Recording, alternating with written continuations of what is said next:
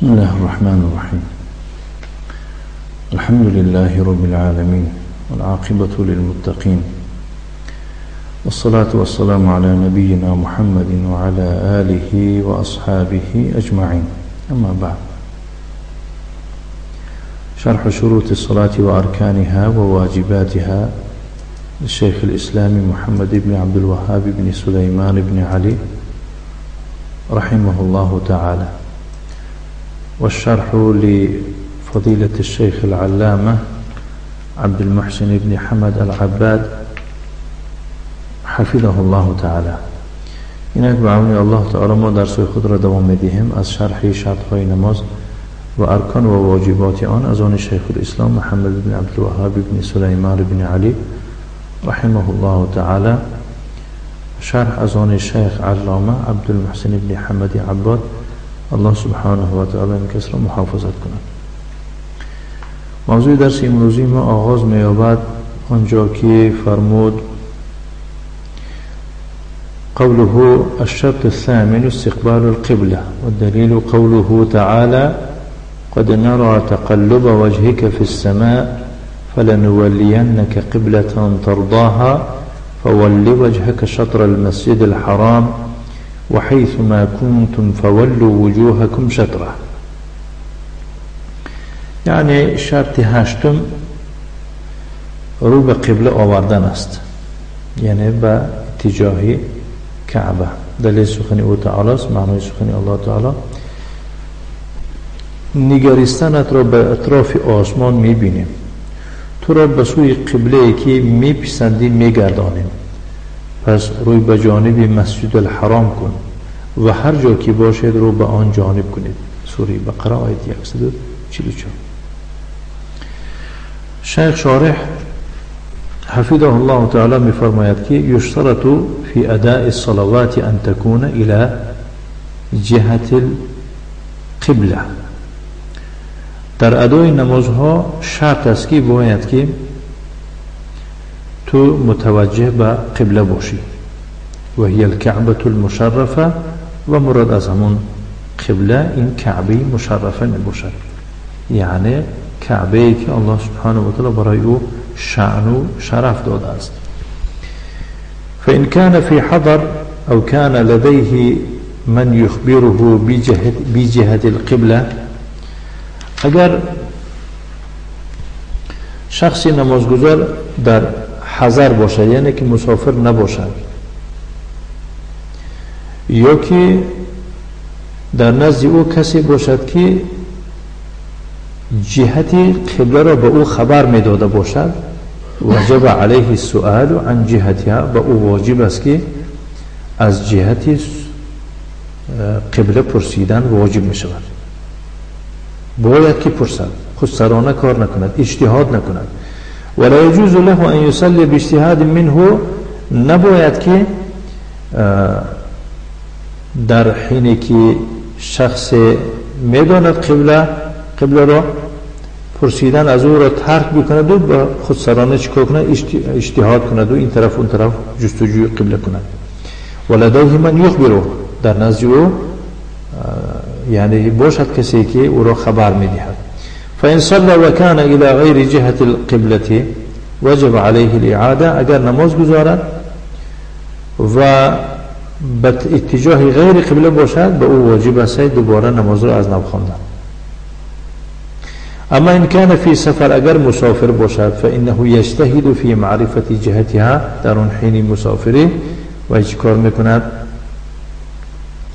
اجتهاد میکند، تلاش میکند، کوشش میکند، حرکت میکند که برای چه؟ برای دونستن جهت قبله. فإن صلى وتبين أن صلاة إلى غير جهة القبلة فإن صلاته صحيحة، اگر نماز گذارید بعد از اجتهاد کردن، بعد از آن انیق شد که نماز به غیر اتجاه قبله بوده است، در آن حین نماز او درست است، نمازش را اعاده نمی کند. لقوله تعالی، بنابر سخن او تعالی فاتقوا الله ما استطعتم، سوره تغابن آیه 16، یعنی از الله هر قدر که میتواند به همون قدر تقوا بکند.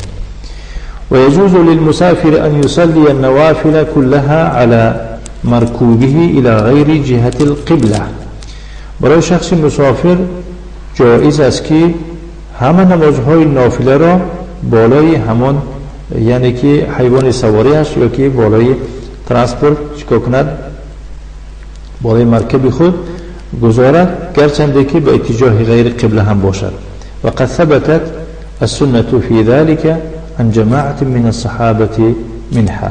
واقعا این سنت ثابت شده در این مورد از جماعه از یک دسته از صحابگان روایت شده است. منها از جمله حدیث عامر بن ربیعه، حدیث عامر بن ربیعه است، گفت که رأیت رسول الله صلی الله علیه و آله و سلم و هو على راحلة یسبح، من رسول الله صلی الله علیه و سلم را میبینم که او در بالای یعنی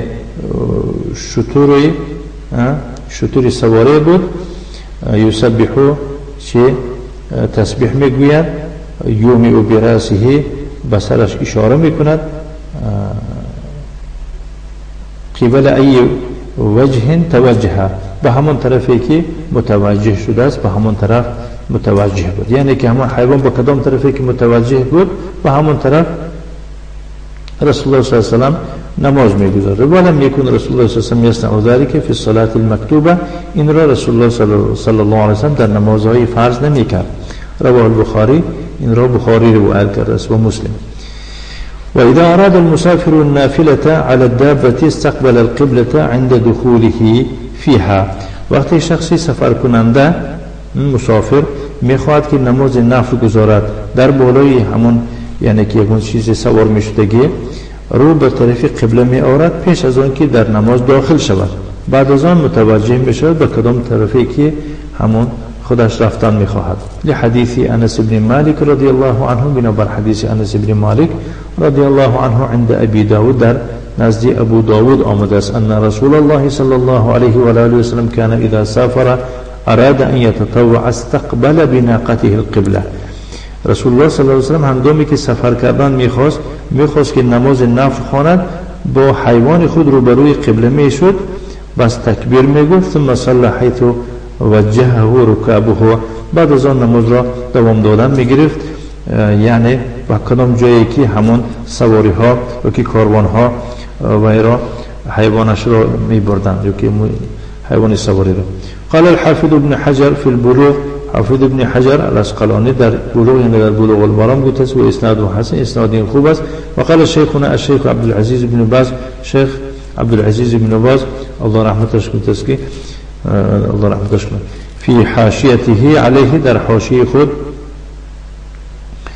گفته است و کما قال المؤلف، یعنی در حاشیه آیت به همین مثال گیریم کتاب شیخ شروط صلات اندر گفته است که این همه خیلی که مؤلف گفته است همین طور است گفته است. رجال و ثقات لا باس بهم، رجال این یعنی که رجال هستند که باورناک یکون باکی نیست به اونها. و بذلك يكون هذا الحديث مخصصا للاحاديث الاخرى المطلقه في استقباله سسم جهه سيره في السفر. به همین خاطر این حدیث یعنی که حدیث خاص می باشد نسبت به اون حدیث های دیگری که مطلق آمده است که در رو آوردن پیغمبر صلی الله علیه و به جهتی که سیر میکرد در سفر. یعنی در بعضی حدیث ها آمده است که مثلا در وقتی کدام طرفی که متوجه میشد به همان طرف نمازش خواندن میگرفت، اما این حدیث خاص می باشد که یعنی در آمدن در نماز را اول آغاز میکرد و آغاز نماز را به اتجاه قبله شروع میکرد و دوامش را به کدام طرفی که متوجه میشد. قوله الشرط التاسع، قول شیخ الاسلام شرط نهم، النیت میباشد و محلها القلب، جای نیت قلب است، و تلفظ بها بدعه، تلفظ کردن نیت بدعت است. و دلیل حدیث انما الاعمال بالنیات، دلیل حدیثی هست که گفت پیغمبر صلی الله علیه و انما الاعمال بالنیات، هر این عمل ها با نیت ها وابستگی دارند و انما لکل امرئ ما نوى، و برای انسان، برای هر یک انسان آن میرسد که همان را که مثلا نیت کردگی باشد. النیت فی الصلاة و غیرها من العبادات شرط، نیت در نماز و در غیر نماز در دیگر عبادت ها، یعنی که نیت چی می باشد؟ شرط می باشد. فلا تصح الصلاة بدون نیه، نماز به نیت درست نمی شود. بنابر قول پیغمبر صلی الله علیه وسلم فرمود که انما الاعمال بالنیات، هر آینه نیت ها یا که بگیم عمل ها با نیت ها وابستگی دارن از جهتی قبول بودن و قبول نبودن. اخرجه البخاری و مسلم، حدیث را بخاری و مسلم روایت کردند. و بالنیت یکون التمییز بین فرد و فرد، به طفیل یعنی نیت جداگی می شود میان این فرض و دیگر فرضی و فرض و نفل و میان فرض و نفل به نیت جدا می شود. و قد تقدم عند ذکر شرط النیت من شروط الوضوء انه لا يجوز تلفظ الانسان بما نواه، و در هنگامی که شرط نیت را ذکر کرد و شرط های وضوء همون جا ذکر کرده شد که جایز نیست که انسان همون رو که نیت میکند تلفظ بکند الا فی مناسک الحج، مگر در مراسم حج. فیجوز ان یتلفظ بما نواه، در مراسم حج میتواند که آن نیت حج را که دارد و را تلفظ بکند، بس بگوید که لبیک عمرتن، من به حضور تو همچون عمره کنان آمدم، او لبیک حج، یا که میگوید که من به حضور تو آمدم ای پروردگار همچون حج کننده، او لبیک عمرتن و حج، یا میگوید که من به حضور تو آمدم ای پروردگار همچون عمره و حج کننده. و همین یعنی که بارک الله فیکم، یعنی شرط های نماز چه با آخر رسید. در آینده ان شاء الله از ارکان الصلاه سر میکنیم که دوام میدیم. نكتفي وصلى الله وسلم على نبينا محمد وعلى آله وأصحابه وسلم تسليما مزيدا والحمد لله رب العالمين.